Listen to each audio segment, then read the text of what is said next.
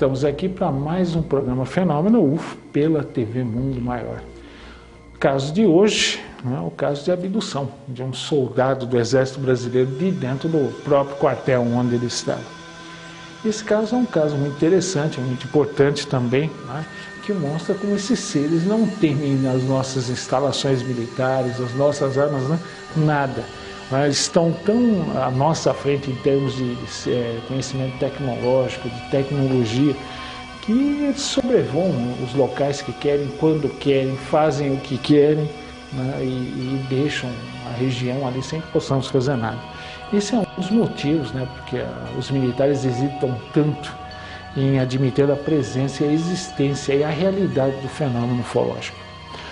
Como eu disse, esse caso ocorreu em Minas Gerais, na cidade de Três Corações, curiosamente no local, né, que umas 3 décadas depois voltaria à mídia, que foi a ESA, a Escola de Sargentos das Armas, né? Já em 1962 nós temos um caso ufológico envolvendo esse estabelecimento militar. Ele voltaria a se envolver num evento ufológico muito tempo depois, no caso Varginha, né, quando soldados da ESA foram até o local, né, para capturar os seres que foram vistos da região, assim como a nave também. Então, esse caso ocorreu no dia 26 de agosto de 1962, por volta da meia-noite. E o soldado em questão era o soldado Geraldo Bichara. Ele tinha 18 anos na época. Ele estava dentro da guarita da ESA, estava no seu turno como sentinela, e quando ele observou uma luz muito forte no céu, de repente essa luz passou a jogar um feixe de luz também de grande intensidade em direção ao solo, depois próximo ao quartel, numa pequena estrada, depois aquela luz passou a jogar aquele feixe de luz em diversos pontos da ESA mesmo inteira, como se examinasse aquela instalação do Exército Brasileiro. E chegou um ponto que o Geraldo Bichara inexplicavelmente começou a sentir um forte temor, né? Começou a ficar com muito medo, sem explicação, né? Talvez intimamente ele já soubesse que fosse ser abduzido, né? O perigo por aqueles seres. Outro detalhe curioso, a sua guarita de sentinela ficava próximo, né, ao estábulo onde estavam os cavalos ali da ESA. Né? Hoje não se usa mais cavalo, óbvio.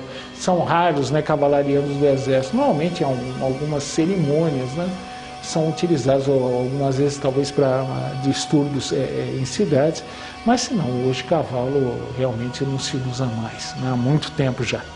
Mas para fins de exibição, ou fosse o que fosse, a ESA ainda mantinha na época, né, uma certa quantidade desses animais dentro do estábulo. E curiosamente, né, os animais também ficaram muito inquietos. Eles relinchavam, bufavam, começaram a escoicear as paredes do estábulo.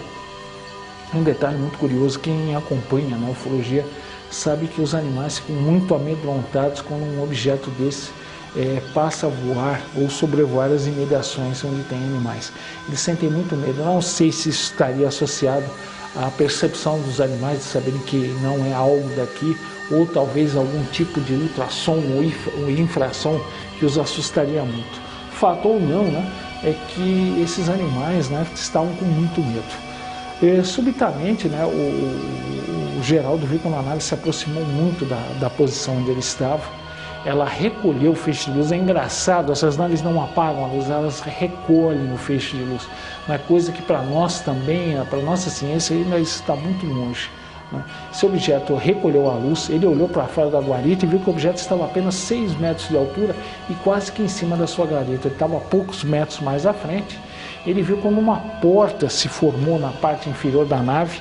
Aí ele conseguiu ver claramente o formato da nave. Ele viu que era uma nave discoide com cúpula. Feita a porta, ele viu quando a luz interna da nave iluminou a parte inferior do veículo, ele viu uma escada descer, né?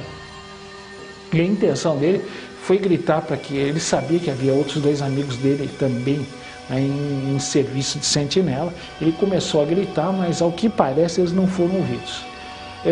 Quando ele foi se mover, ele descobriu que ele não mais conseguia se mexer dentro da guarita. Ele estava totalmente paralisado, né? Ele só conseguia mover os olhos. De repente o Geraldo percebeu que alguém mexia no seu braço, né? Alguém começou a pegar pelo braço, ele, virando o olho para o lado, ele viu um ser.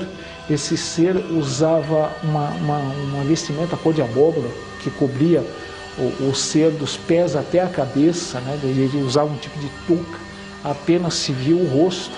E a descrição que o Geraldo deu desse ser, né, é que ele era baixo, na faixa mais ou menos de 1,40 m, 1,5 m, tinha a pele muito rosada, muito branca, né? A testa era baixa, muito baixa, curva para trás. O ser tinha um nariz proeminente, os olhos aparentemente eram normais. O que causou também uma estranheza para o Geraldo foi a boca daquele ser. Ela era enrugada e parecia emendada com a gengiva, como se aquele ser não tivesse dente, né? E, para surpresa ainda maior do Geraldo, ele percebeu que naquele momento ele já não estava mais no chão, ele levitava. Aquele ser tirou da guarita levitando e começou a puxá-lo em direção à escada. Ele observou um segundo ser também que estava no solo. Ele observava atentamente as imediações ali dentro do quartel, mostrando claramente que ele estava em vigilância. Ele estava protegendo seu companheiro que levava o Geraldo. Em caso da presença de algum soldado do exército, ele daria o alerta imediatamente a esse ser. O Geraldo foi levado levitando até a escada, né, e foi levado para cima até entrar dentro da nave. Nós vamos agora para o nosso quiz de hoje, antes de darmos continuidade ao caso do Geraldo Béchar. E a pergunta do nosso quiz de hoje também é muito fácil, né? No caso Mantel, ocorrido em 1948, nós já trouxemos aqui no programa, né, um piloto de Louisville, ele foi alertado que um objeto sobrevoava o Fort Knox, onde estão guardadas todas as reservas de ouro dos Estados Unidos. Depois de algum tempo perdeu esse contato e só se achou, né, os destroços desse avião, que era um caça-pistão P-51. O avião explodiu. Esta explosão ocorreu depois de uma perseguição. Perseguição ao quê? Né? A um disco voador, a destroços de aeronaves ou a um satélite? O que um Mantel teria perseguido e morrido naquele dia, em 1948, próximo ao Fort Knox, nos Estados Unidos? Um disco voador, destroços ou um satélite? Nós damos a resposta no nosso último bloco de hoje. Nós vamos para o nosso primeiro intervalo, mas já voltamos para a continuação do caso Geraldo Béchar. Até já!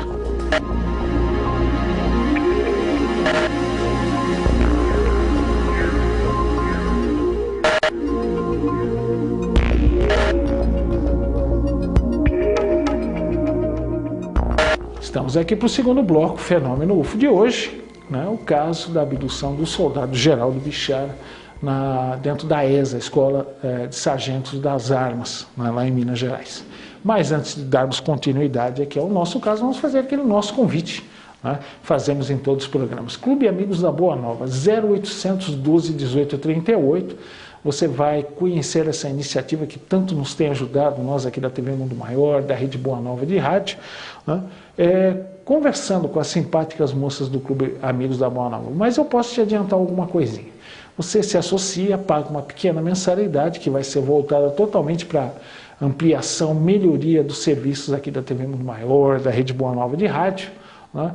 E em troca você vai ter uma série de benefícios, né? Você vai ter descontos em eventos, em livros, eventos exclusivos, uma série de benefícios, né? Brindes, surpresas, quer dizer, periodicamente você vai ter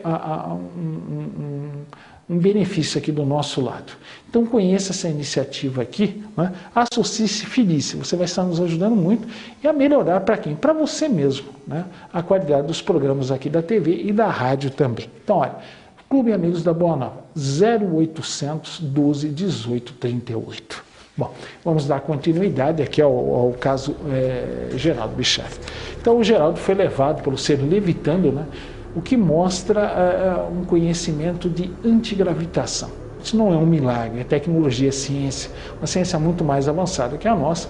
Aquele ser dominava esse tipo de tecnologia de antigravidade e fez com que o Geraldo fosse levado levitando até a nave, né? Levitando, quando socorre, normalmente a 30, 40 centímetros de altura no chão, esses seres levitam, eles não andam, né? Não é todo o caso, né? Em alguns casos eles andam mesmo, como nós aqui, né? Mas em outros casos eles usam esse processo de levitação para se locomover. E o Geraldo foi levado, ele subiu, né, passou por aquela portinhola na parte de baixo da nave, ele foi parar dentro de um grande salão totalmente iluminado, onde havia muitos daqueles seres. Era uma nave de grande porte, não era uma nave humana, mas uma nave grande, e o Geraldo foi levado levitando até uma cama de metal, né? E uma coisa que chamou a atenção do Geraldo, que apesar da imensa atividade que reinava dentro daquela nave, aqueles seres andando de um lado para o outro, parado aparentemente se comunicando, ele não ouvia ruído algum, né? Não havia ruído dentro da nave. Bem diferente aqui de um veículo nosso, onde as pessoas conversam, todo mundo escuta, ou dentro de um escritório, não importa, né? Nós vamos ouvir aquela atividade, vamos perceber aquele movimento. E o Geraldo só percebeu porque ele olhava. Porque se ele não estivesse olhando, ele nada teria percebido.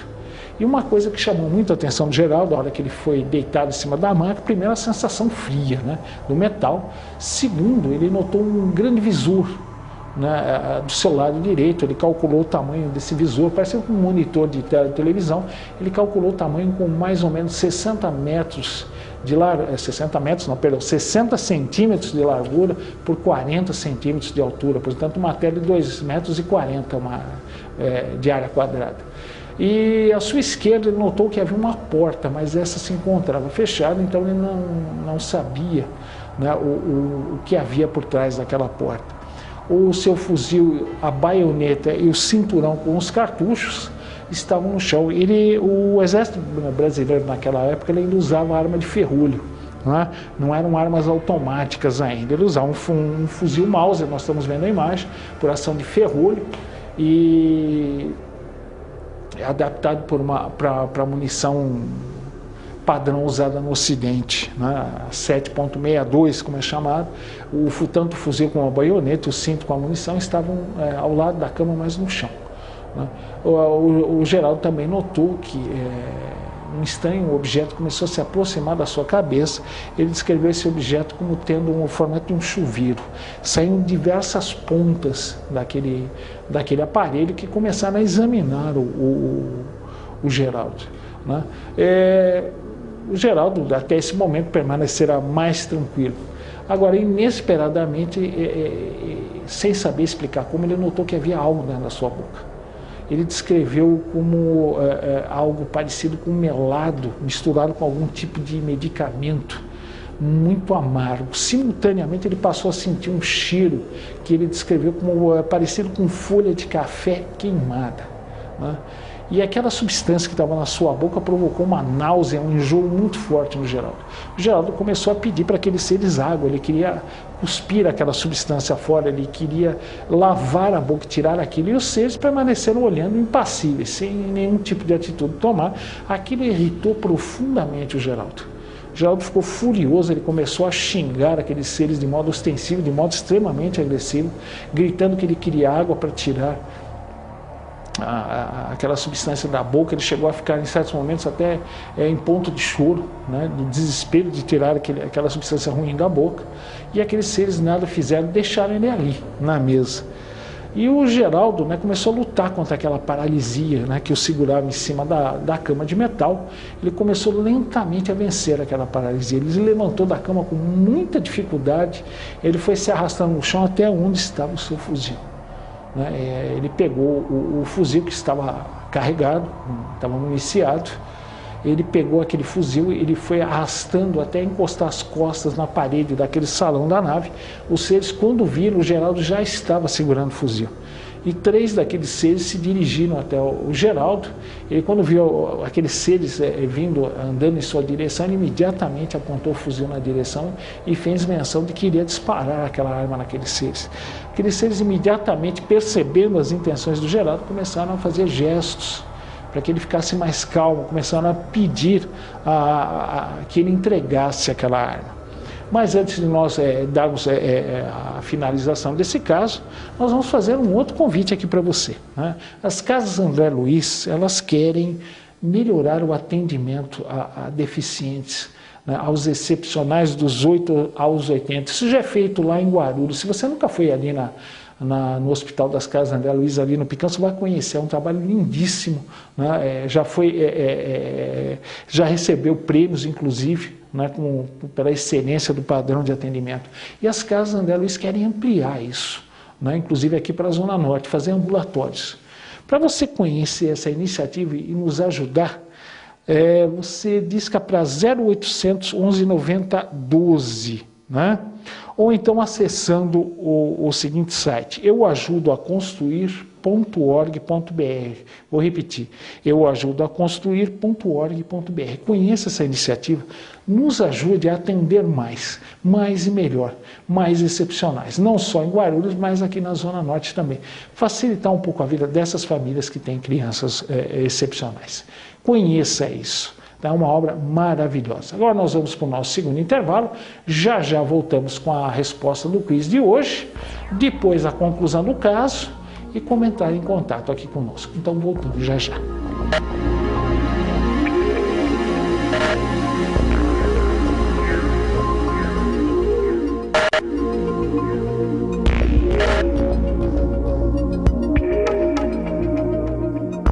Estamos aqui para o último bloco do Fenômeno UFO de hoje. Hoje tratamos do caso da abdução do soldado Geraldo Bichara. Mas antes de darmos continuidade ao caso, nós fizemos lá no primeiro bloco o nosso quiz. E a pergunta foi, no caso Mantel, em 1948, um piloto de Louisville foi morto depois da explosão do seu avião. Essa explosão ocorreu depois de uma caçada intensa, né, a objetos. Que objetos eram esses? Na realidade era um objeto, né? Discos voadores, pedaços de aeronaves ou satélites. A alternativa correta é a alternativa A. Thomas Mantell, piloto da Força Aérea Americana, herói da Segunda Guerra Mundial, morreu perseguindo um UFO discoide que sobrevoava, né, ao Fort Knox, o local onde está guardada toda a reserva do ouro norte-americano. É um local de sobrevoo proibido, expressamente proibido. Nenhuma aeronave, exceto sob circunstâncias especialíssimas, com autorização do governo americano, pode sobrevoar aquela instalação, né, onde se encontra todo o lastro do tesouro norte-americano.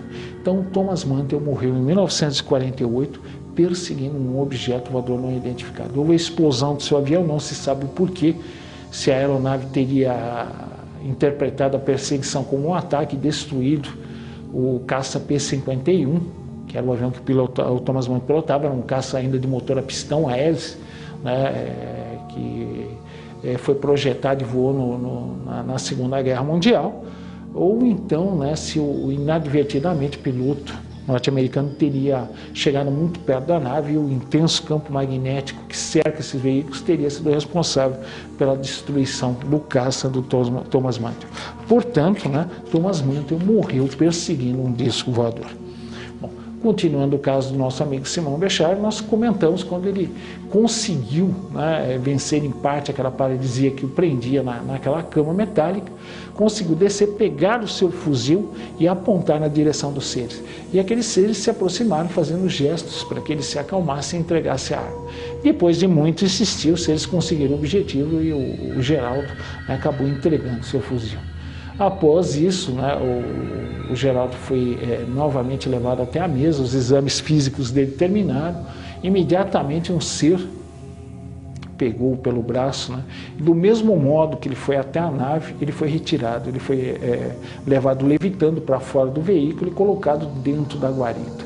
Em seguida ele viu quando o ser se afastou, subiu em direção à portinhola na parte inferior da nave, entrou, a portinhola desapareceu, porque o encaixe das portas desses veículos é tão precisa que não se vê ela depois de fechada, né? Não se consegue enxergar, não existe folgas no metal que indique a presença de uma porta ali. Essa porta se fechou, né? O objeto tornou a se iluminar e se afastou lentamente ali da ESA, Escola de Sargento das Armas de Três Corações. Detalhe curioso, né? Na própria ESA, semanas antes, um soldado foi encontrado inconsciente no chão. Ele estava com a língua enrolada, ele quase morreu sufocado. Não havia nenhum sinal de agressão física nele, nenhuma escoriação, nada. Ele só foi encontrado inconsciente no chão. Ele foi levado até a enfermaria da ESA, depois que ele se recuperou, ele narrou o que ia acontecer. Ele disse que estava fazendo a ronda dentro ali da ESA, quando ele viu uma estranha esfera luminosa pequena, uns 20 centímetros mais ou menos, voando rente ao solo, bem devagar. A sonda se aproximou dele, isso eu falo sonda porque é um objeto ufológico.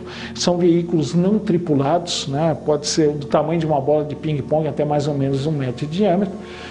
Ou ela é controlada remotamente à distância da nave que a soltou, ou ela deve talvez ter um sistema pré-programado, que faz com que ela realize certas funções, talvez de filmar, captar sons e imagens do local onde ela está.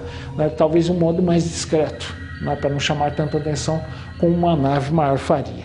E esse soldado, de nome Moreira, ele viu essa estranha esfera e ele colocou a baioneta no seu fuzil e tentou espetar aquela esfera com o fuzil. Só que quando ele tocou a baioneta na esfera, ele tomou um choque violentíssimo. Ele perdeu a consciência imediatamente. Daí o efeito de enrolar a língua. Por muito pouco ele não morreu sufocado, o Moreira. Então ele foi levado, e onde teve um pronto restabelecimento. Curiosamente, nós vemos 3 casos envolvendo a mesma instituição militar, ou seja, a Escola de Sargentos das Armas de Três Corações. Essa, do sentinela tomando uma descarga elétrica fortíssima ao tentar atingir uma sonda com a baioneta. A segunda, a abdução do soldado Geraldo Bichara de dentro das suas instalações. E a terceira, o caso Varginha. Inclusive, na época, um oficial da ESA deu até uma entrevista dizendo que o exército brasileiro nada tinha a ver com o caso Varginha ou com aquelas estranhas entidades que foram vistas por aquelas 3 moças na região e algumas horas antes por outras testemunhas. Fato ou não, caminhões da ESA com soldados foram até o local, que parece, capturando aquelas entidades que foram vistas pelas 3 meninas, e uma delas acabou até sendo morta por um dos soldados da ESA, por um tiro de fuzil no peito, aí já um fuzil automático, um FAL. Ele acabou tomando um susto quando se deparou com aquela entidade, deu um tiro no peito, matando-se imediatamente. Teria sido recolhida também a nave, que foi atingida por algum tipo de arma, porque ela foi vista sobrevoando a região com um rombo enorme na fuselagem, mostrando que ela havia sido atingida por algum tipo de arma, não se sabe de quem, se dos Estados Unidos ou de alguma outra potência aqui da Terra, ou talvez de alguma outra nave de alguma outra raça extraterrestre. O fato é que os norte-americanos alertaram as autoridades brasileiras que um objeto havia invadido o espaço aéreo terrestre e atingido. E talvez aquele programa Guerra nas Estrelas no tempo do governo Reagan, talvez algum tipo de arma tenha atingido a nave, que foi parar naquela região de Varginha, onde teve intensa participação da ESA. Então, antes de encerrarmos o nosso programa de hoje, fica feito mais uma vez o convite para vocês. Se vocês querem participar aqui conosco com sugestões, críticas, sugestões de pauta, é muito fácil. É só entrar em contato conosco através de fenomenofo@tvmundomaior.com.br. Vou repetir, fenomenofo@tvmundomaior.com.br. Você entra em contato aqui conosco e, na medida do possível, com o maior prazer e alegria, estaremos atendendo ao seu pedido. Detalhe, Fenômeno UFO vai mudar de horário, ele vai passar os programas inéditos agora todos os domingos às 18h30. As reprises, depois nós estaremos dando nos outros dias, os horários alternativos para você nos acompanhar. Queria desejar uma ótima semana, um beijo no coração e até semana que vem com mais um Fenômeno UFO aqui pela TV Mundo Maior. Até lá!